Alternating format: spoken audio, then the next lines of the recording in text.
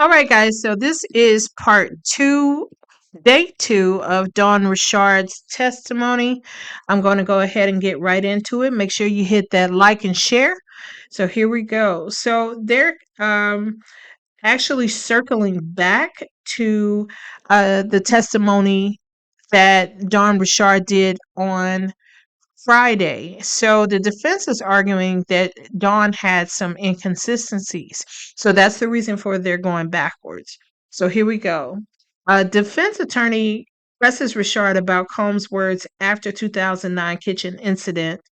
Defense attorney Nicole Westmoreland is challenging part of Dawn Richard's testimony about what Richard said about the skillet incident in the kitchen.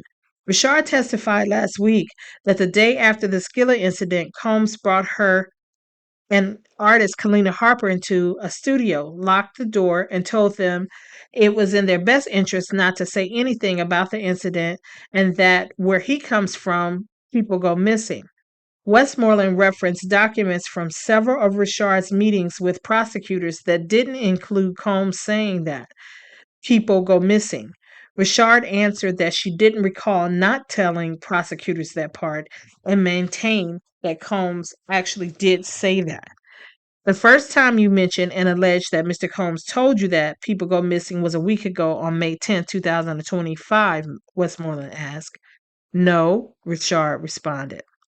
Westmoreland then brought up another incident that was included in Richard's civil complaint that alleges Holmes pulled Ventura out of a car, which later told prosecutors didn't happen. Richard testified that was a misquote from a lawyer and confirmed she told prosecutors it didn't happen. Let's see. Defense attorneys suggest Richard's account of kitchen incident has changed over time. Defense attorney Nicole Westmoreland is going over a portion of Dawn's testimony from Friday, and when she said she witnessed Diddy attack Ventura when she was cooking him eggs in the kitchen of his California home in 2009. Westmoreland has suggested that Richard's account of this incident has changed over time. On Friday, Richard testified she saw Combs attempting to strike Ventura with the skillet, but Ventura ducked and fell to the floor in a fetal position. In a demand letter to Combs in 2024, Richard's letter asserted that she heard the frying pan hit the wall, but didn't witness the altercation. Richard says she wasn't aware of what claims her lawyers made on her behalf. In an October 2024 interview, Richard told prosecutors Combs actually struck Ventura with a frying pan, Westmoreland said, citing government notes from the interview. In another interview with prosecutors, Richard said Combs threw the eggs at Ventura, not using the pan. On the stand today, Richard said she recounted the incident over time to the best of her memory. So it goes on, guys, to start talking about um,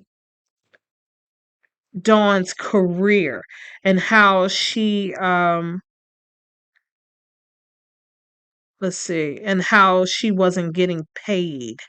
So I'm going to skip down a little bit because it kind of gets into a little stuff that is not really necessary to talk about because they kind of went into a sidebar. And so what they're really doing now is they're basically trying to jam Dawn up by saying, after the Dirty Money group had dismantled, Dawn went solo. So what they're saying is they're asking her how was her solo career and saying that it wasn't as successful as her career with Danity Kane or Dirty Money. And they're making her basically agree to this and just saying that you're doing this for a money grab. And she's basically saying, no, yeah, I want my money, but it's not necessarily a money grab.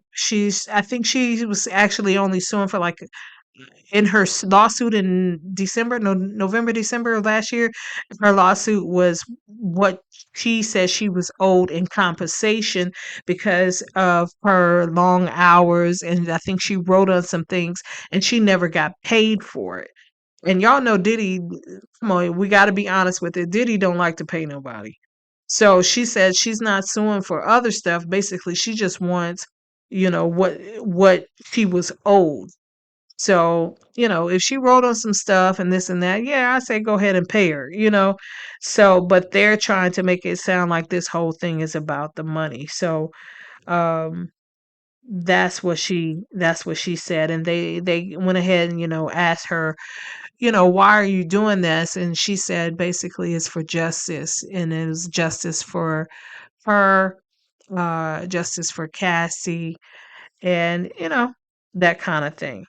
Um, I think they also cross-examined her, and they saw some inconsistencies about the Pow Pow situation.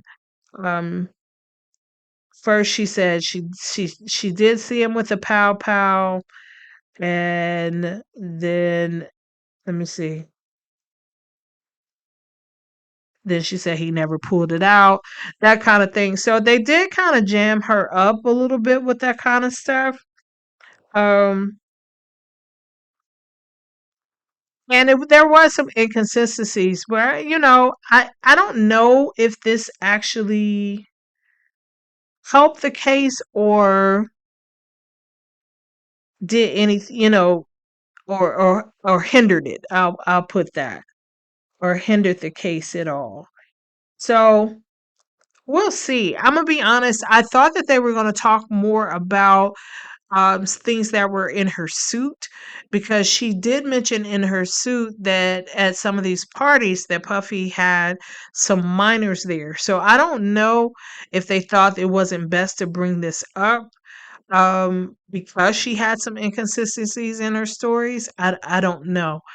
But if they didn't bring it up now, they're probably gonna bring it up later with somebody else's stuff, because I believe that he is supposedly, gonna be charged with that. So they're gonna have to bring it up at some point. But that's pretty much it, guys. I'll update you later. Don't forget to watch my other videos. Make sure you like and share. Talk to you later. Bye-bye.